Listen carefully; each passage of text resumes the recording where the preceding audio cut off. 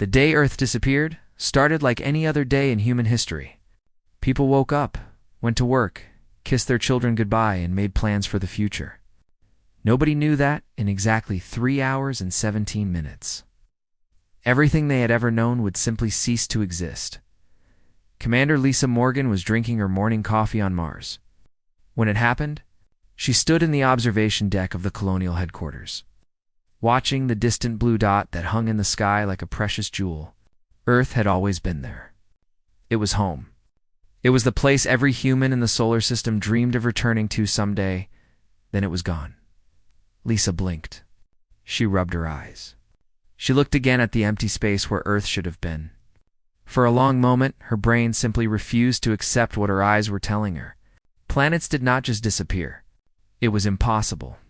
It violated every law of physics that humanity had ever discovered. "Get me a visual confirmation from every satellite in the system," she said quietly. Her voice did not shake, but her hands did. The confirmations came back within minutes. Every telescope, every sensor, every observation platform reported the same thing. Earth was not there. The moon still orbited its invisible partner, confused and alone in the darkness of space. But the planet itself had vanished as if it had never existed at all. The news spread across the solar system like fire through dry grass. On Mars, people ran into the streets, staring up at the sky as if they could will Earth back into existence.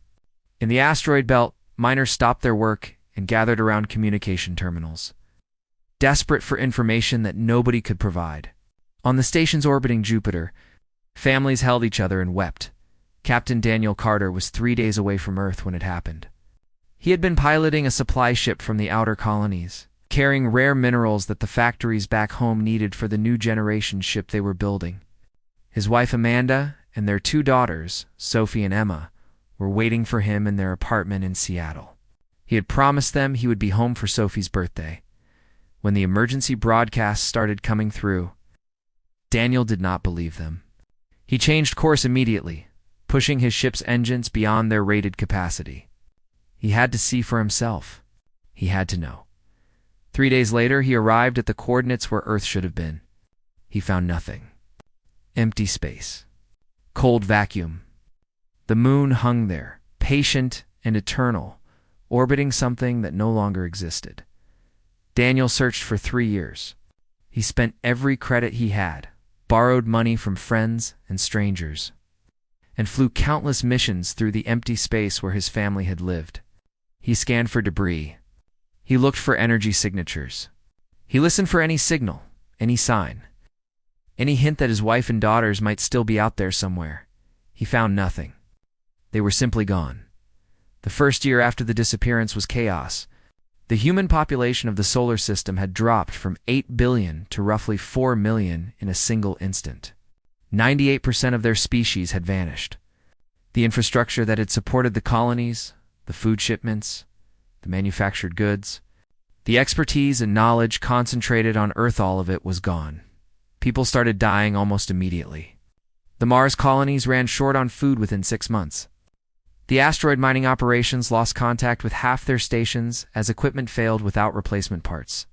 The outer system settlements, designed to be supported by regular supply runs from Earth, found themselves completely cut off.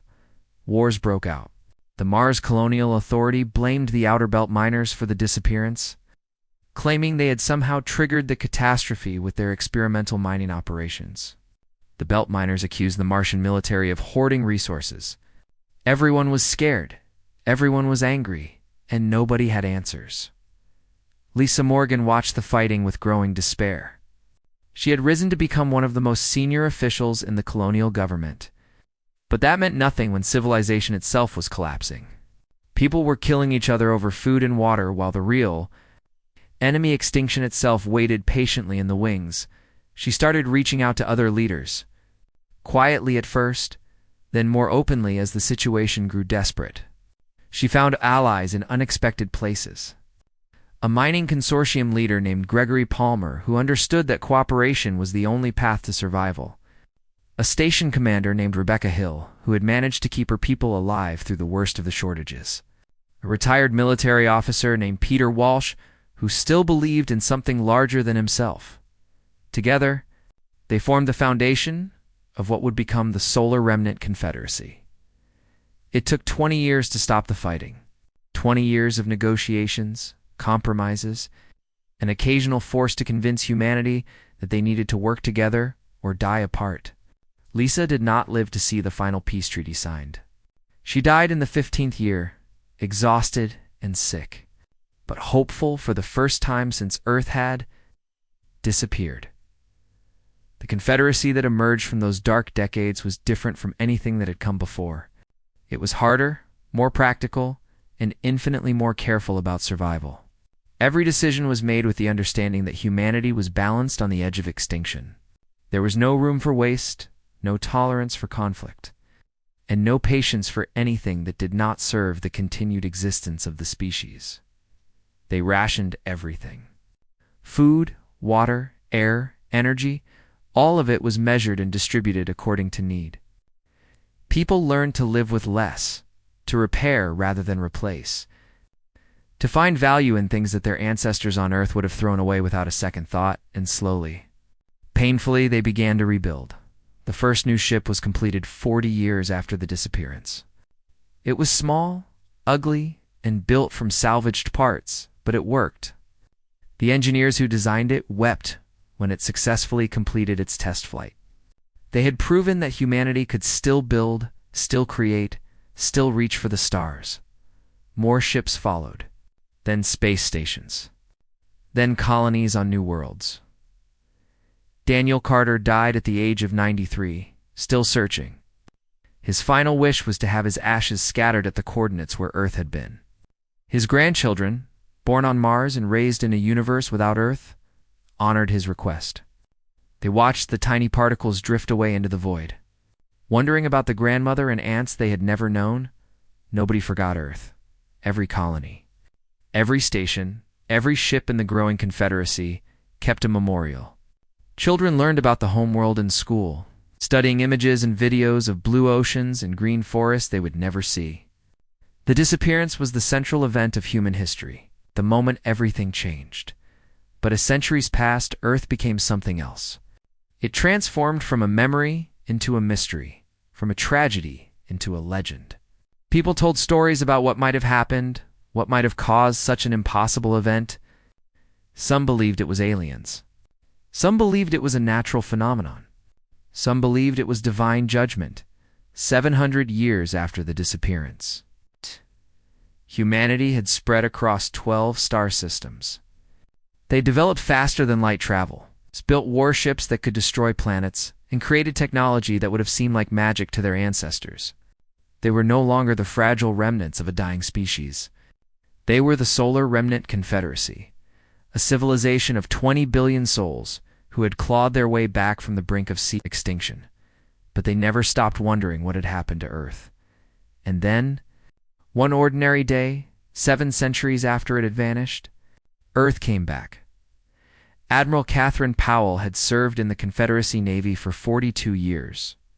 She had fought pirates in the outer colonies, negotiated treaties with hostile factions, and commanded fleets that stretched across multiple star systems. Nothing in her long career had prepared her for the message. She received on that quiet morning she was sitting in her quarters aboard the flagship Endurance, reviewing routine patrol reports when her communications officer interrupted her with a priority transmission. The young man's face was pale, his hands trembling slightly as he delivered the news. "Admiral, we have detected a planetary body in the Sol system. Location is 1 astronomical unit from the Sun. Mass and diameter match historical records for Earth." God. Catherine stared at him for a long moment. "That is impossible," she said finally. "Earth has been gone for 700 years. "I know, Admiral. But our sensors are not lying. Earth is there."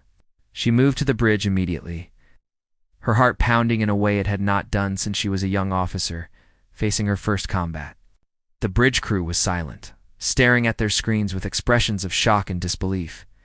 On the main display, sensor data scrolled past in endless streams, all of it confirming what should have been impossible. Lieutenant Benjamin Hayes, her navigation officer, turned to face her. He was a competent young man, steady under pressure, but even he looked shaken. I have run the calculations 17 times, Admiral. The orbital mechanics are consistent with historical records. The planet's rotation, its axial tilt, its distance from the sun, everything matches Earth exactly. What about the moon? Catherine asked. Hayes hesitated. That is where things become strange, Admiral. The moon is in the wrong position.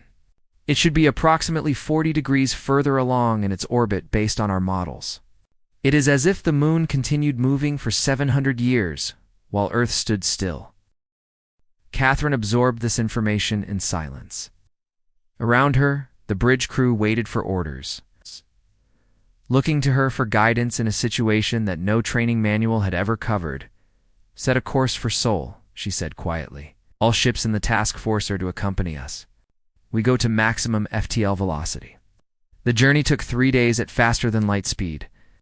3 days of speculation, anxiety, and endless questions that nobody could answer.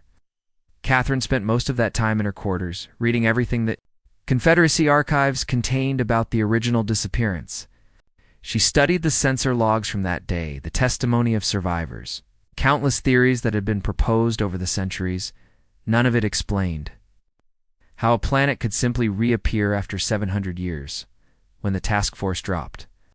Out of FTL, at the edge of the Sol system, Catherine was on the bridge. Every screen showed the same image. Earth blue and beautiful, hanging in the darkness exactly where it had always been. Long-range scans, she ordered. Tactical Officer Marcus Green worked his console with practiced efficiency. He was a veteran.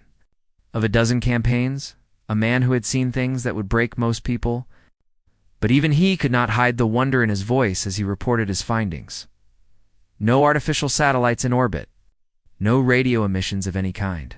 No signs of industrial activity on the surface. The atmosphere appears normal: nitrogen, oxygen, trace gases. Ocean temperatures are within expected parameters. Continental configurations match historical records exactly. What about cities? Catherine asked. Are the cities still there? Green paused, adjusting his sensors. Yes, Admiral, I'm detecting. Urban structures consistent with 22nd century development patterns. New York, London, Tokyo, Beijing, they all appear to be intact. But there's no power, no heat signatures, no movement. Everything is dark. Catherine felt a chill run down her spine. Where are the people? Nobody had an answer. The task force approached Earth slowly, carefully, as if the planet might vanish again at any moment. They sent drone scouts ahead, scanning for any signs of threat or welcome. The drones reported nothing unusual, just a quiet planet, eerily preserved. Waiting in silence, Catherine ordered a team to board one of the ancient orbital stations that still circled Earth. The station had been a hub for space traffic in the days before the disappearance, a stopping point for ships traveling between Earth and the outer colonies. Now, it drifted empty, its lights dark, and its corridors cold. Commander Nicole Brooks led the boarding party. She was Catherine's most trusted officer, a woman who had proven herself in countless difficult situations. But even she hesitated before stepping through the station's airlock. The interior was exactly as it had been. 700 years ago, chairs sat at workstations, screens displayed frozen images, personal belongings lay scattered on tables and floors. A coffee cup sat beside one terminal, the liquid inside still fresh, as if it had been poured that morning. This is impossible, Brooks said softly, her voice carrying through the communication channel to the Endurance. There should be decay, degradation, 700 years of exposure to radiation and temperature. Fluctuation should have destroyed everything, but it is all perfectly preserved. Catherine watched the video feed from Brooks' helmet camera, her mind racing through possibilities and finding none that made sense. Collect samples, document everything, and be careful. The boarding party spent 6 hours on the station. They found no bodies, no signs of violence, no indication of what had happened to the crew. It was as if everyone had simply walked away and never come back. Similar reports came from teams that landed on Earth's surface. Lieutenant Ryan Cooper led a squad into what had once been downtown Los Angeles. The streets were empty, the buildings intact, the vehicles parked as if their owners would return at any moment. A newspaper vendor's stand contained papers dated March 15th, 2157, the day of the disappearance there. Pages crisp and white as if freshly printed. "I found a restaurant," Cooper reported. "Food is still on the plates. It looks like people were in the middle of eating lunch when whatever happened, happened.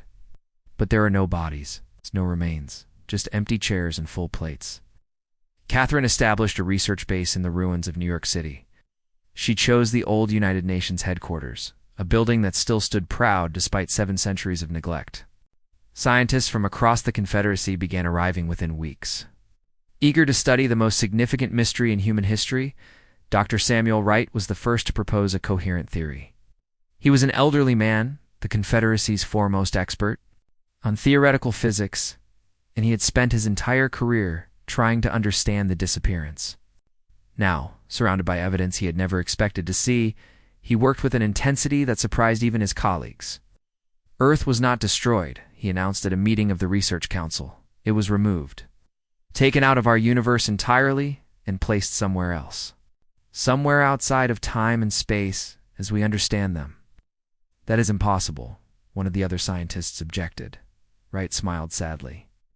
3 weeks ago, we would have said that Earth reappearing was impossible. Yet here we are. We need to accept that we are dealing with forces and technologies far beyond our comprehension. Whoever or whatever did this operates on a level we cannot even imagine. The deep scans revealed more mysteries. Beneath the surface of the planet, massive geometric structures extended for hundreds of kilometers. They were not natural formations.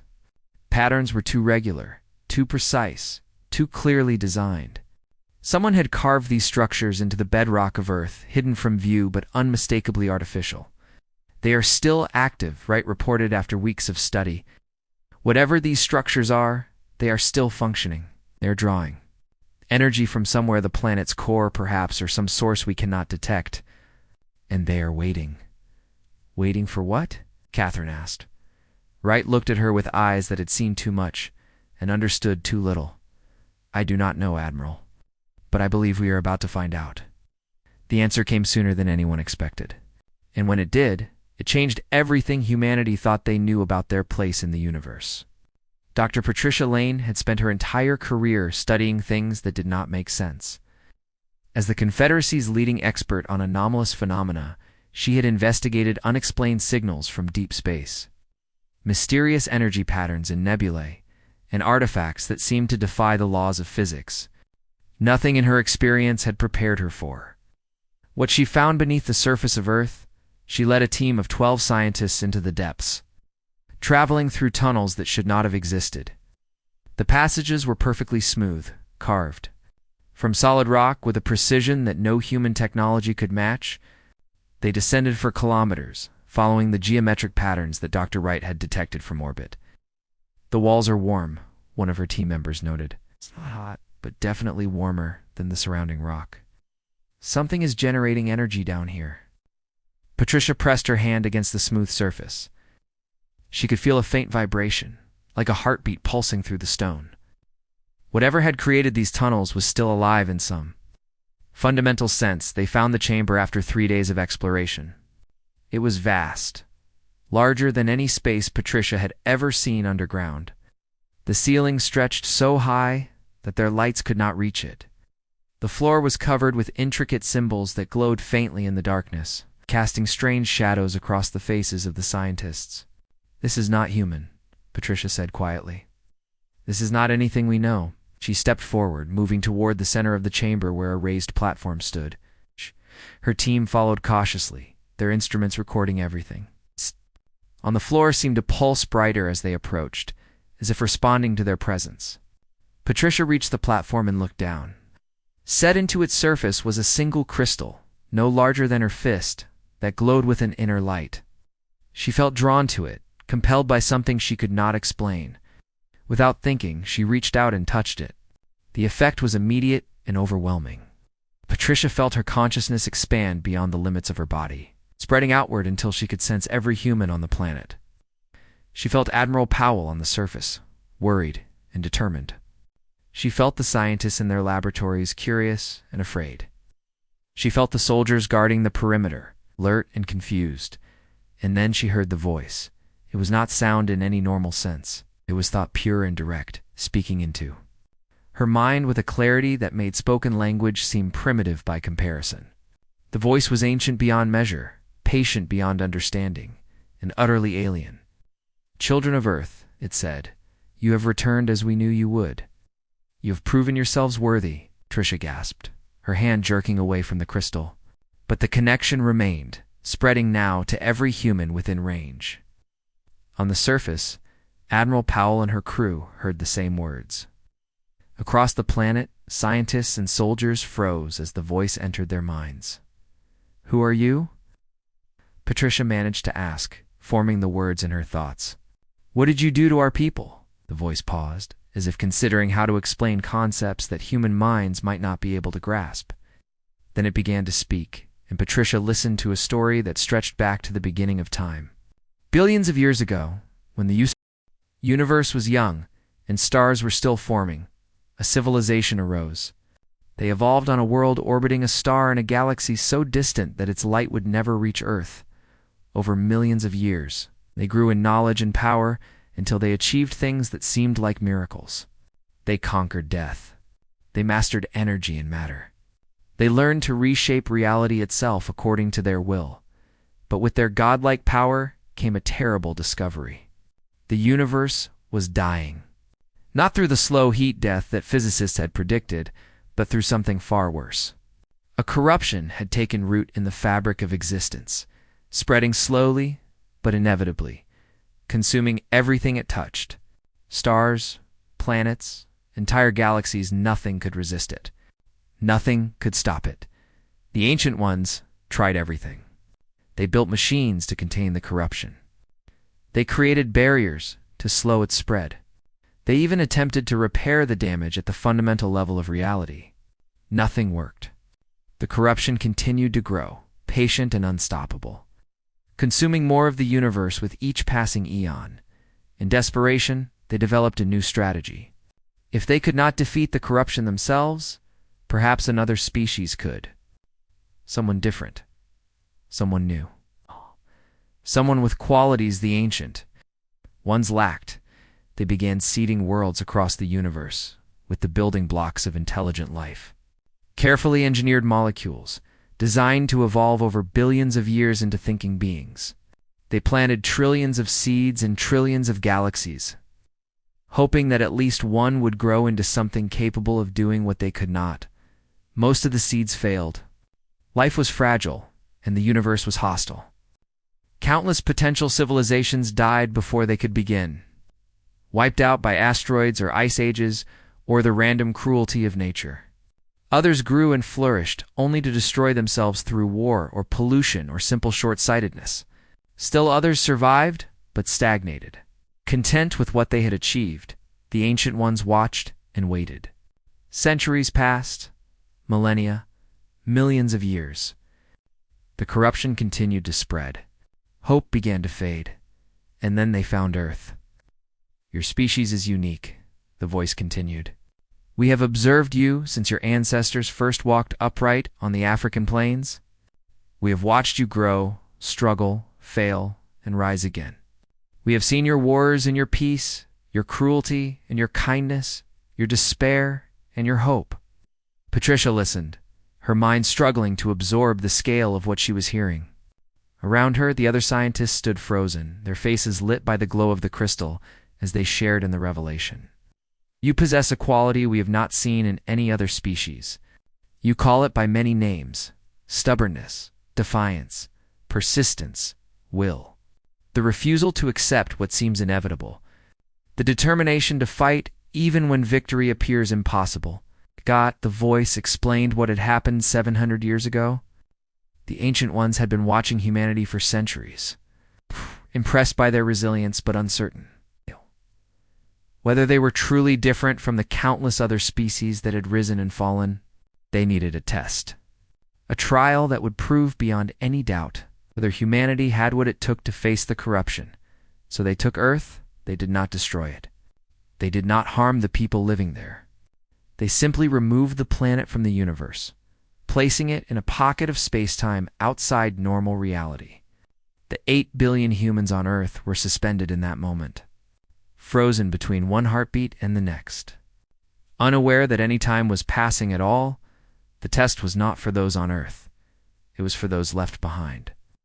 For a million of your people survived the disappearance, the voice said. They had lost their homeworld, their families, their future. By every calculation, they should have perished.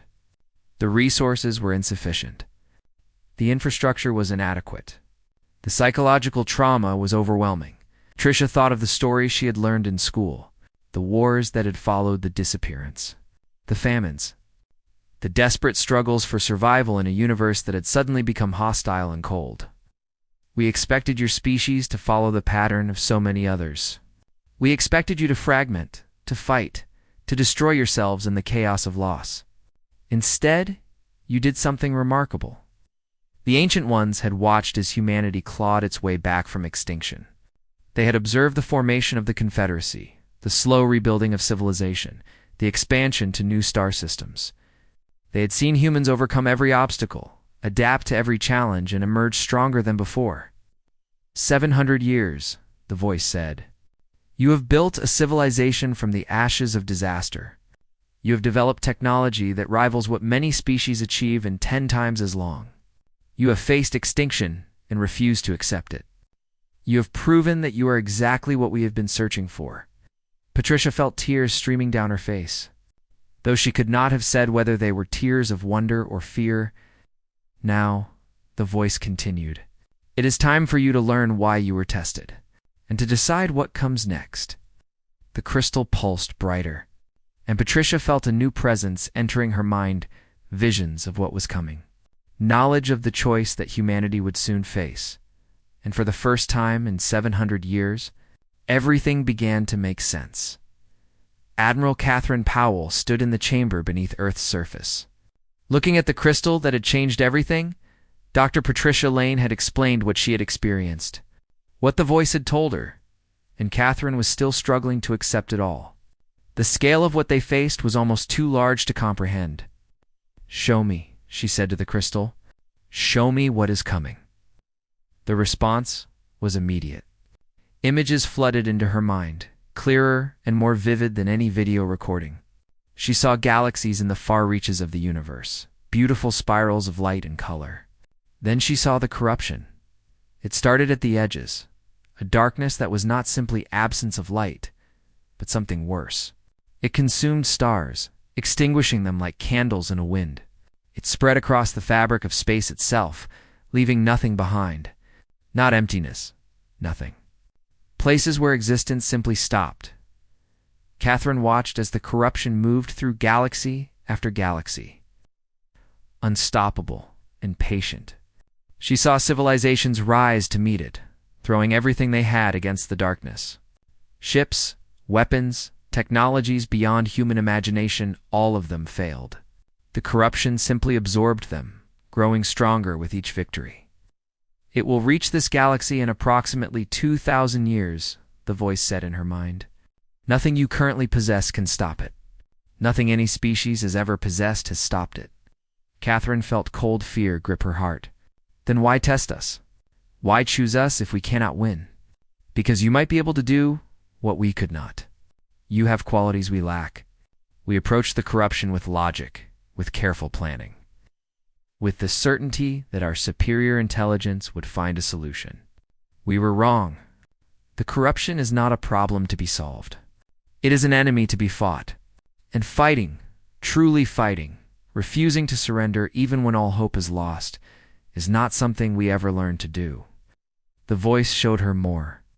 The ancient civilization at its height, beings of pure energy who could reshape matter with a thought. They had never known struggle, never faced true adversity. Their evolution had been peaceful, their rise to power smooth and unchallenged. When the corruption appeared, they had no framework for understanding an enemy that could not be reasoned with, could not be negotiated with, could not be defeated through superior technology alone. We fought for millions of years, the voice admitted. We built weapons that could crack planets. We developed shields that could withstand the heat of 1,000 suns. None of it mattered. The corruption adapted. It learned. It grew. Catherine understood now. The Ancient Ones had all the power in the universe, but they lacked something essential. They did not know how to lose and keep fighting. They did not know how to face defeat and refuse to accept it. They did not have the stubborn, irrational persistence that had kept humanity alive through 700 years of hardship. "We offer you a choice," the voice continued. "First, we can return your people. The 8 billion humans who were taken can be restored to life exactly as they were on the day Earth disappeared. You can rebuild your homeworld, reunite with your ancestors, and live out whatever time remains before the corruption arrives. 2,000 years of peace and plenty." Catherine felt the weight of that offer. 8 billion people waiting in suspended animation for 7 centuries. Families torn apart by the disappearance, finally reunited. A chance to heal the wound that had defined human history for so long. And the second option? The voice paused, and Catherine sensed something almost like hope in its ancient thoughts. "We can make you our successors. We can transfer to you everything we have learned in billions of years of existence. Our technology, our knowledge, our power. Everything we are will become yours. In exchange for what? In exchange for doing what we could not. In exchange for facing the corruption and refusing to surrender. In exchange for fighting until the very end, no matter what happens." Catherine was silent for a long time. Around her, the scientists and officers who had accompanied her to the chamber stood in stunned silence. They had all heard the offer. They had all seen the visions of what was coming. "I need to consult with my government," she said finally. "This is not a decision I can make alone. You understand? Take what time you need. But know this: we have watched your species for thousands of years. We have seen what you are capable of. We would not make this offer if we did not believe you had a chance." Catherine returned to the surface and sent a message to the Confederacy Council. The response was immediate. An emergency session was called, and within weeks, representatives from every colony world had gathered to debate the most important decision in human history. The arguments went on for months. Councilwoman Maria Santos emerged as the leading voice for accepting the inheritance. She was a descendant of survivors from the original disappearance, raised on stories of loss and resilience. She stood before the assembly with passion burning in her eyes. "We were tested," she said. "Our ancestors were tested. They lost everything: their homes, their families, their entire world. They had every reason to give up. They did not. They built a civilization from nothing. They refused to let humanity die. And now we are told that it was all for a purpose, that we were being prepared for something greater." She paused, looking around at the faces of the council members. "If we choose the first option, we get our ancestors back. We get 2,000 years of peace. And then we die. The corruption comes, and everything we have built, everything our ancestors suffered for, ends. Is that what they would have wanted? Is that why they fought so hard to survive?" Others disagreed.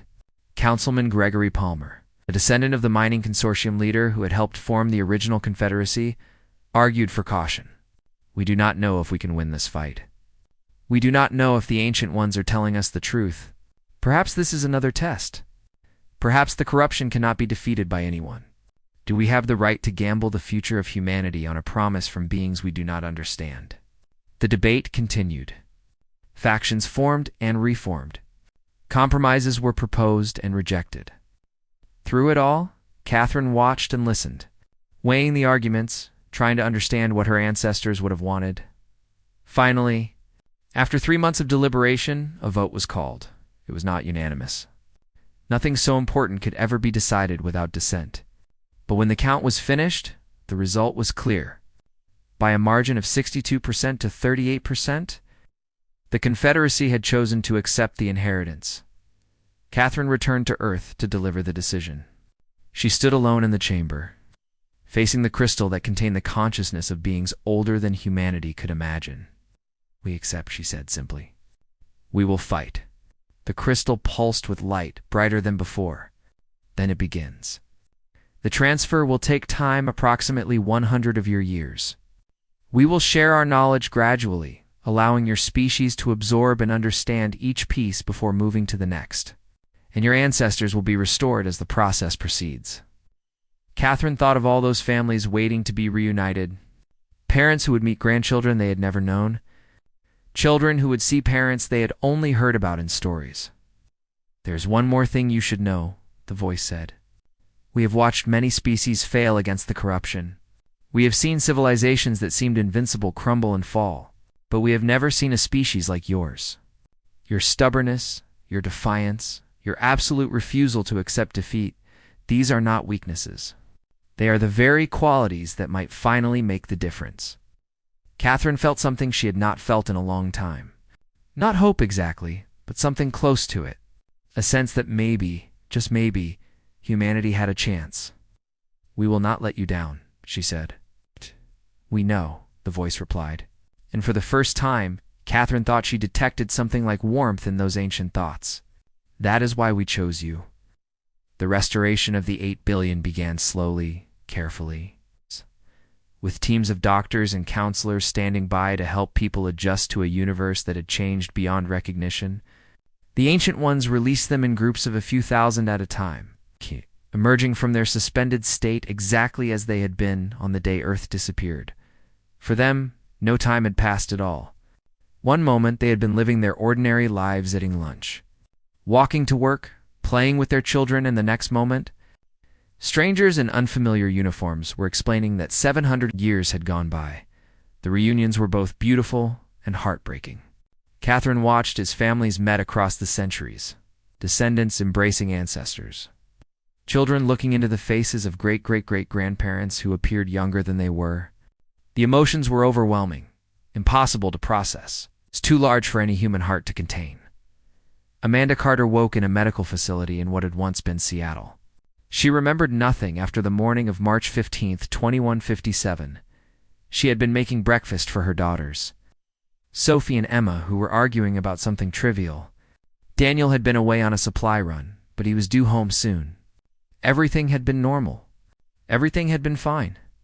The counselor who met her spoke gently, explaining what had happened, what the world had become, how much time had passed. Amanda listened in silence, her mind refusing to accept what she was hearing. 700 years. Daniel waiting his whole life for her to come back. Her husband dying alone, still hoping. He searched for 3 years, the counselor told her. He never stopped believing you might return. They brought her to meet Daniel's descendants, his great-grandchildren, born on Mars and raised in the Confederacy. They looked nothing like him, yet when Amanda saw the oldest one smile, she glimpsed something familiar in his eyes. "He talked about you until the end," the man told her. "He made sure every generation knew your story. He wanted us to remember you." Amanda wept. There was nothing else she could do. Scenes like this repeated millions of times across Earth and the colonies.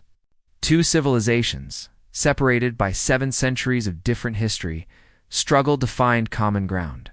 The restored humans marveled at technology they could not understand. The Confederacy descendants tried to explain a universe their ancestors had never known. Misunderstandings were constant. Patience was strained. Resentments flared, but slowly, painfully.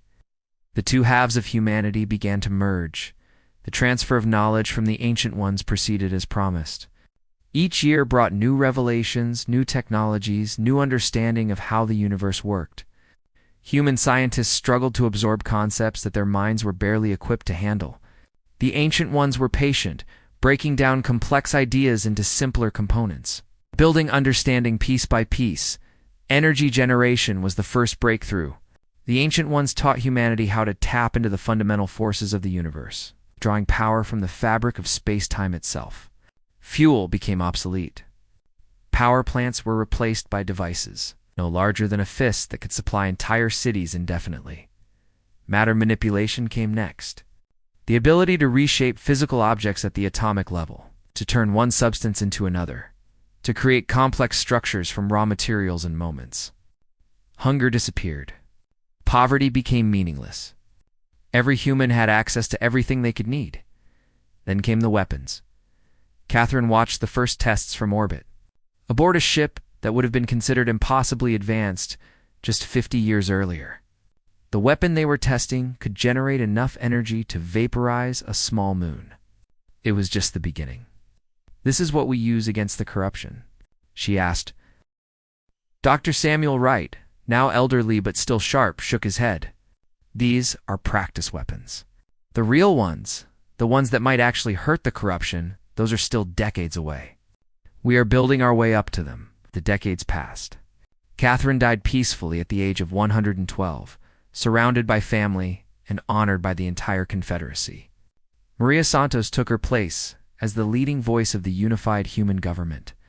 The original 8 billion and the Confederacy descendants had finally become one people. Their separate histories merged into a shared future. The ancient ones continued their guidance. But their presence grew fainter as the years went by. They were fading, Catherine had learned before her death. The corruption had already consumed their original home galaxy. The consciousness that spoke through the crystal was just a fragment of what they had once been, preserved to complete their final mission. "When the transfer is complete, we will cease to exist," the voice had told her. "What remains of us will become part of you. Our memories, our knowledge, our hope, all of it will live on in humanity." 1,000 years after Earth's return, the transfer was finished. Humanity stood, transformed. They stretched across thousands of star systems, their population numbering in the trillions. They commanded power that would have seemed godlike to their ancestors on old. Earth, ships, the size of small planets patrolled their borders. Weapons capable of destroying stars waited in reserve, and the corruption was coming.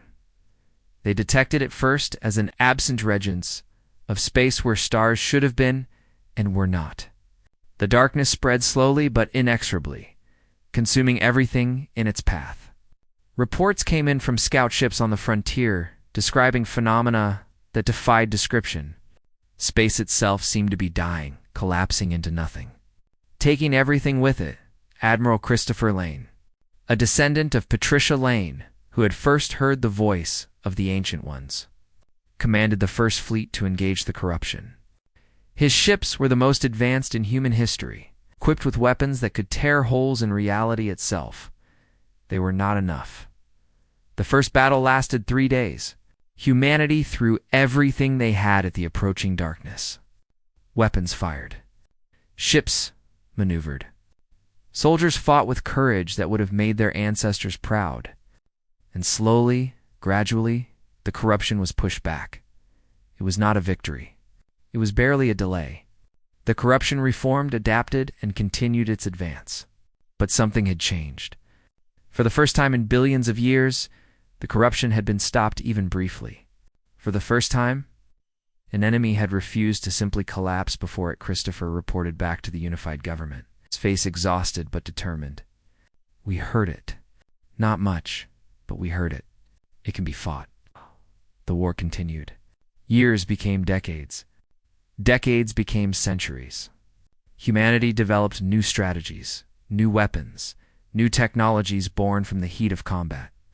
They suffered terrible losses, entire star systems consumed, billions of lives lost.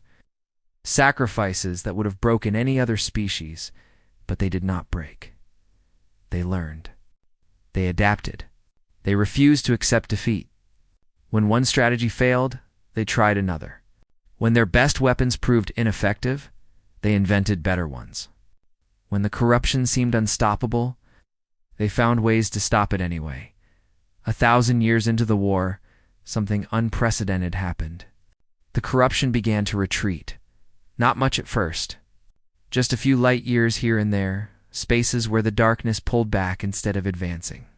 But the pattern was unmistakable. Humanity was winning. The Ancient Ones had been right. The stubbornness, the defiance, the absolute refusal to surrender, these qualities made all the difference. The corruption had never faced an enemy that simply would not give up.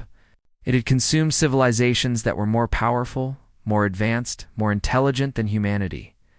But none of them had possessed that essential spark. That willingness to keep fighting no matter what. Maria Santos 7, the great-great-great-granddaughter of the original councilwoman. stood on the bridge of the flagship Victory. Watching the corruption retreat across a front spanning dozens of star systems, our ancestors were tested, she said quietly. They lost their world, their families, their future.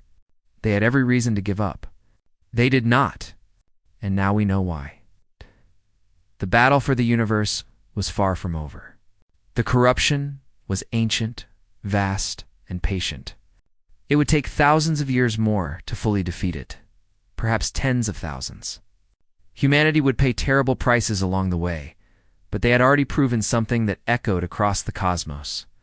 700 years of loss and rebuilding had not been meaningless. The suffering of their ancestors had not been in vain. Everything that humanity had endured had prepared them. For this moment, they were the inheritors of a legacy that stretched back to the beginning of time. They were the last hope of a dying universe, and they would not fail. In the end, the Ancient Ones had made the right choice. They had searched across billions of years and countless species for someone who would not surrender. They had found humanity, and humanity would win.